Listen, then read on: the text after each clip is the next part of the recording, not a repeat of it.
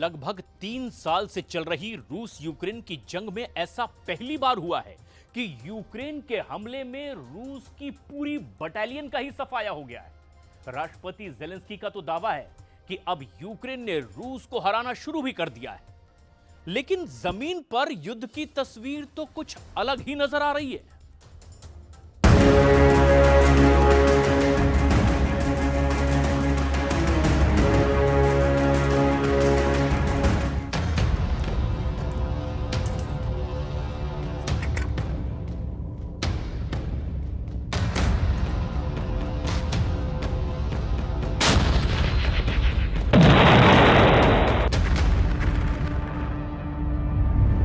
Kursk में खूनी युद्ध, मर गए 38,000।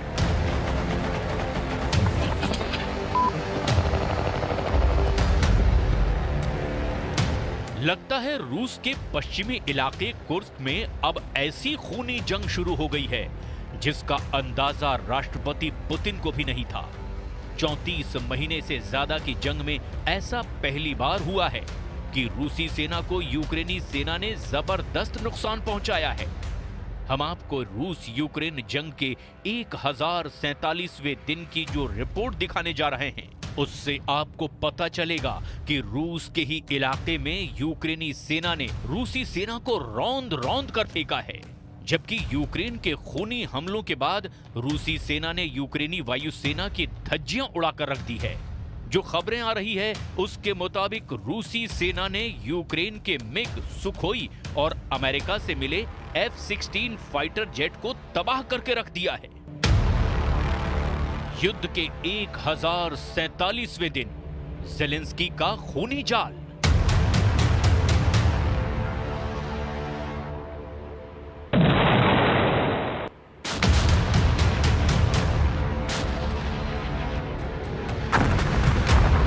पिछले साल 6 अगस्त 2024 को यूक्रेनी सेना ने पश्चिमी रूस के कुर्स्क इलाके पर भीषण हमला किया था, जिसके बाद यूक्रेनी सेना ने रूस के कुर्स्क इलाके में 1300 वर्ग किलोमीटर इलाके पर कब्जा कर लिया था।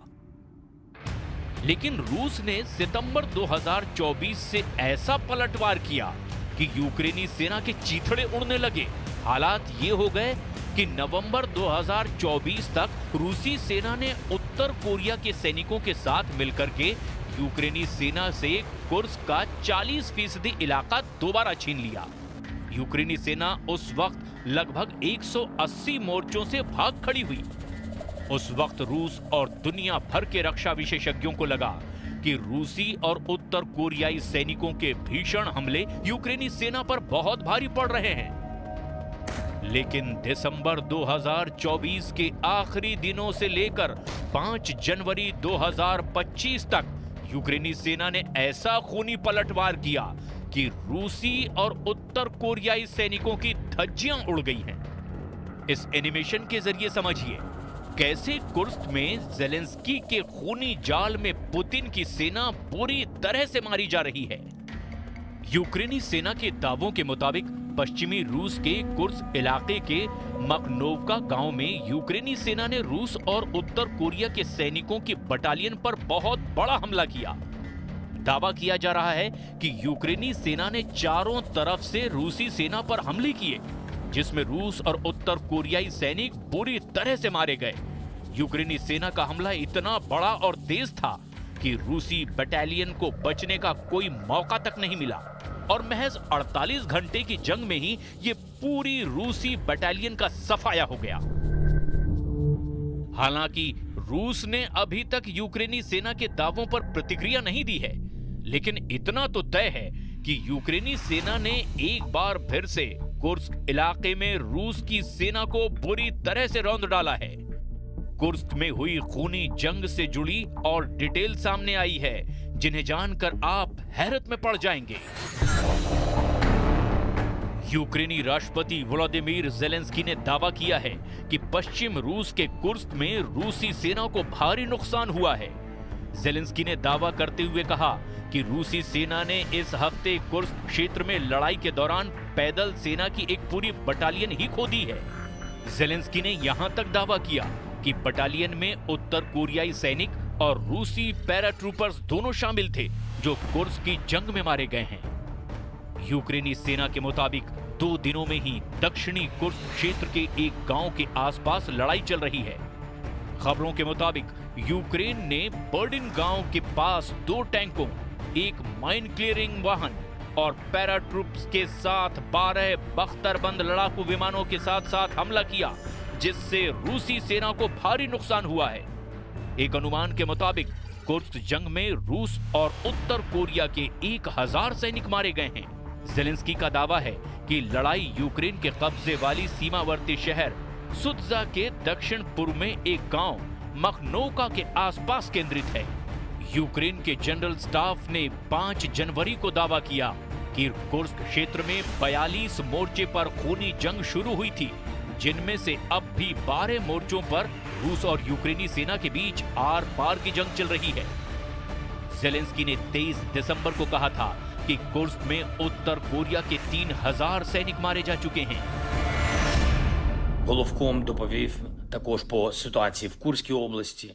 Зокрема, в боях сьогодні та вчора в районі тільки одного села Махновка на Курщині російська армія втратила до батальйону піхоти північно-корейських солдатів і російських десантників. І це відчутно. अगर ज़ेलेंस्की और यूक्रेन के ये दावे सही हैं, तो वाकई पुतिन के रूस के लिए बहुत बड़ा झटका है, क्योंकि पिछले 3 हफ्तों से रूस दावे कर रहा है कि उसने यूक्रेन के 5 नए इलाकों पर कब्जा शुरू कर दिया है। हालांकि यूक्रेन के ठीक उलट रूस ने भी जंग पर बहुत बड़ा दावा कर दिया है। पिछले 1 हफ्ते से रूसी लड़ाकू विमान और लड़ाकू हेलीकॉप्टर्स ने यूक्रेनी वायुसेना पर भीषण हमले किए हैं। यहां तक कि यूक्रेन को अमेरिका से मिले F-16 लड़ाकू विमानों को रूसी हवाई हमलों में तबाह कर दिया गया है।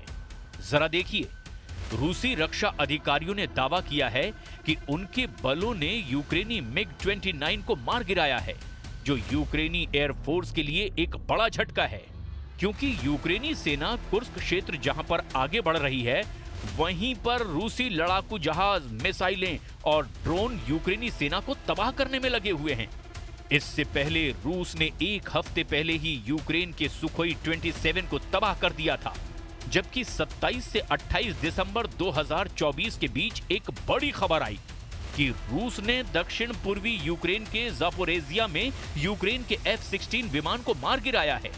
रूस ने दावा किया था कि उसके मिसाइल हमले में यूक्रेन का F-16 जेट तबाह हुआ था। कुल मिलाकर रूस अब तक दावा कर चुका है कि उसने यूक्रेन की सेना को भारी नुकसान पहुंचाया है। जरा ये आंकड़े भी देखिए।